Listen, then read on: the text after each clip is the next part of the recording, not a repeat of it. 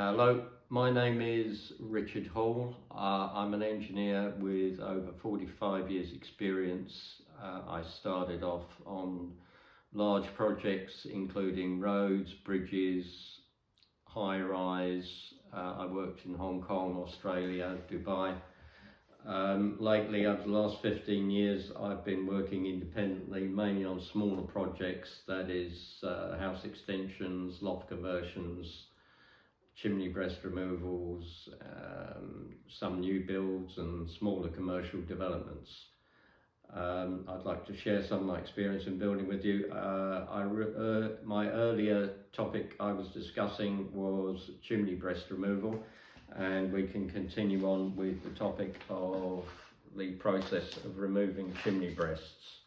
I prepared a few very rough sketches just to indicate how the chimney breast is removed. This, as you can see here in the middle, is the party wall that divides the wall that divides the two properties, normally in a terrace. And this dotted line represents the chimney breast that we're removing on the side we're considering, and this line is the neighbour's chimney breast.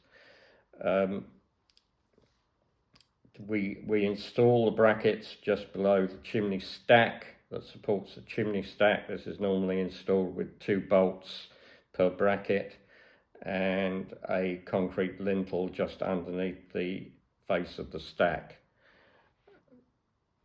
Once the chimney, the gallows brackets are installed, the chimney breast can be removed down the house.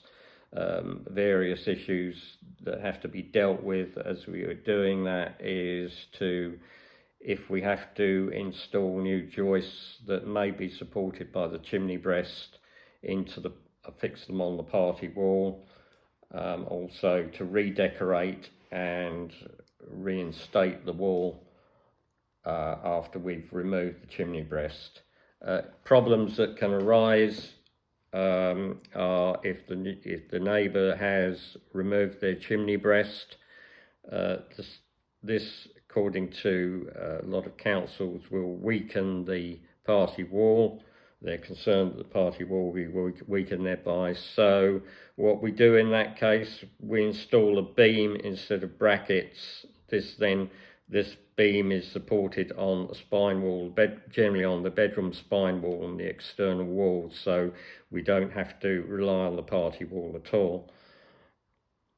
Once the beam is installed, the chimney breast can be removed as previous. One issue to remember when you're installing the beam maybe have to be broken up into 2 parts and re-splice back in the loft space, because generally speaking there isn't enough room to get an entire, say, 4 metre long beam into the loft space in one piece. So generally we have to allow for the fact that we're going to split it into 2 parts and bolt it subsequently once we have it in the loft space. Again, it's the same process. The other issue that can arise is if the party wall is a single skin of brickwork. This sometimes occurs in old cottages. Generally speaking, we expect that the party wall will be 9-inch wall. Though sometimes this is not the case. Again, we will go back to installing a beam underneath the chimney stack instead of gallows brackets. I hope that explains the issue of chimney breast removal, the procedures you have to go through in order to deal with council approvals, and also this can be of help to builders when dealing with party wall matters.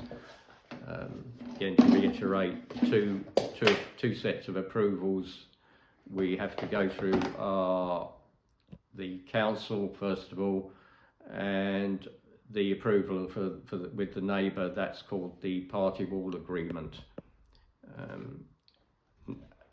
Basically, then we have to consider the cost of the party wall, the cost of the chimney breast removal, whether it's going to be worth it relative to the amount of space you're going to gain once you've removed the chimney breast. Very often the gallows brackets are much simpler and easier to install. The beam is a little bit more difficult to install. The costs are going to be a little bit higher.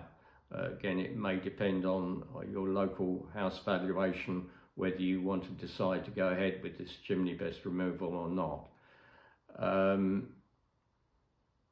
Okay, so I will be speaking on more topics in the future, including loft conversions, house extensions, new builds, and that sort of thing.